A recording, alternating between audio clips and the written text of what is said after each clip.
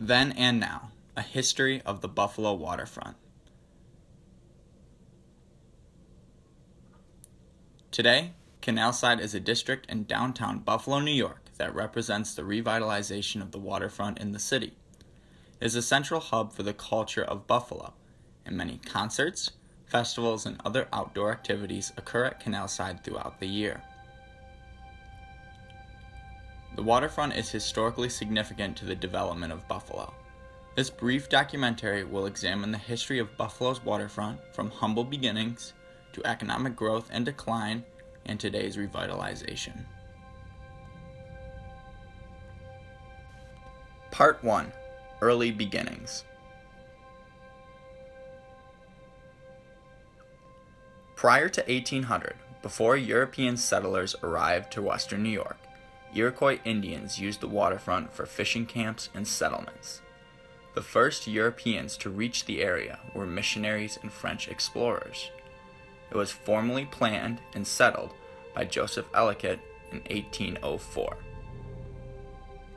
In 1808, the Erie Canal was designed by DeWitt Clinton as a water route to connect New York City to the Great Lakes for trade and travel. But not everyone thought it was a good idea, and its opponents called it Clinton's Big Ditch. The area we know as Canalside was chosen as the western end of the canal because of its natural harbors of the Buffalo Creek and Lake Erie. Construction began in 1817 and the canal opened in 1825.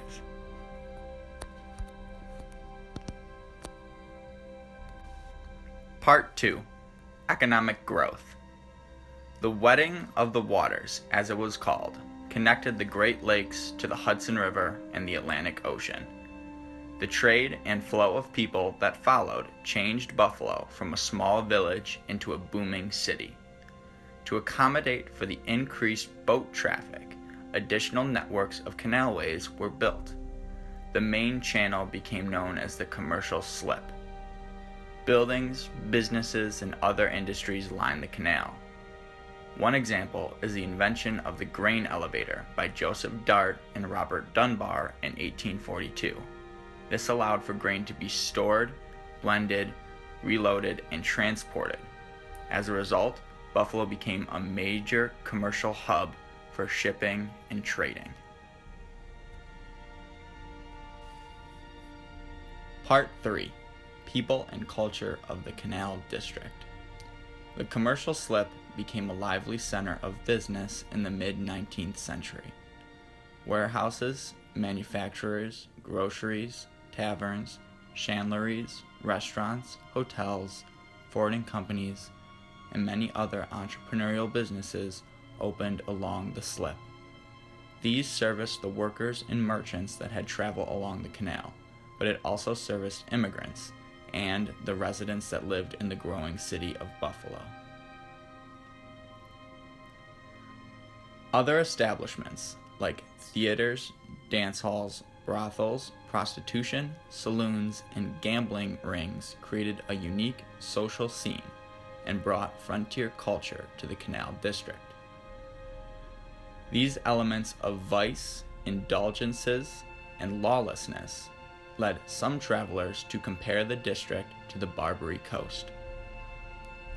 The crowded district faced many problems that came with urbanization. Immigrants often lived in crowded tenement buildings. Outbreaks of diseases like cholera occurred often. Crime was common, and the awful conditions were frequently overlooked by the social elite that lived in other, wealthier neighborhoods in Buffalo. Sometimes the slip was referred to as the infested district. Despite this, the Erie Canal made travel and communication across New York State cheaper and more efficient. News of the latest fashions, advances in education and technology, spread through the canal, which linked communities before the invention of the telegraph and telephone. Additionally, the Erie Canal is linked closely to the Underground Railroad. Many slaves escaped through traveling on the canal before crossing into Canada, or they settled into canal towns like Buffalo. Some residents kept safe houses near the canal to assist and hide escaped slaves. Part 4. Decline. The advancement of the railroad changed how goods were shipped and made travel faster than the canal.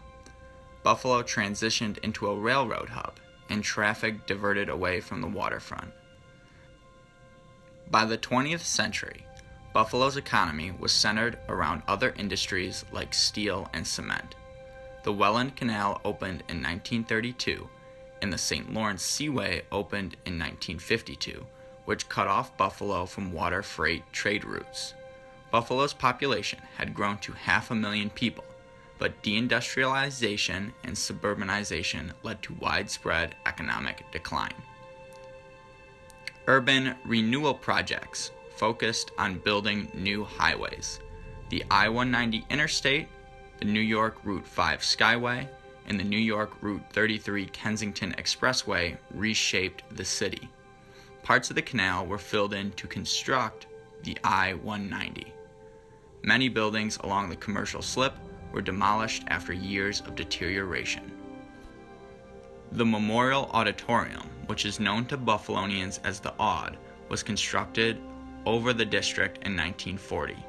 The Aud was home to the Buffalo Sabres, college basketball games, and other forms of entertainment. Other parts of the district were demolished to make room for the Marina Apartments, modern streets, and vehicle parking lots.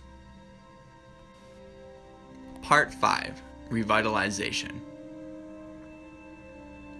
A new arena, now known as the Key Bank Center, was built adjacent to the Aud in 1996. The Aud lay dormant and was eventually demolished in 2009.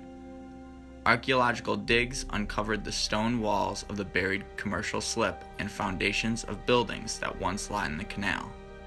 Bass Pro Shops, an outdoor gear retail company, considered opening a new location at the site, but the idea was later pulled. This rejection paved the way towards revitalizing the area. The Erie Canal Harbor Development Corporation, otherwise known as the ECHDC, was a New York State agency that was created to lead the charge to revitalize the waterfront and restore economic growth to Buffalo. Following input from numerous community action groups, environmentalists, lawsuits, and historians, a decision was made to open up the land for public consumption. Restorations were made to the commercial slip that were designed to rebuild and incorporate history. Today, the commercial slip reflects how the Erie Canal looked during the 19th century. Revitalization efforts were also made to turn the surrounding land into a public space, now known as Canalside. Supported by other neighborhood attractions like the Harbor Center and the Naval and Military History Park, Canalside now offers a modern outdoor experience that celebrates the history of the area and symbolizes a future for the city of Buffalo. New opportunities, public activities, and ongoing restoration efforts give hope that the Buffalo waterfront is on the path back to prosperity.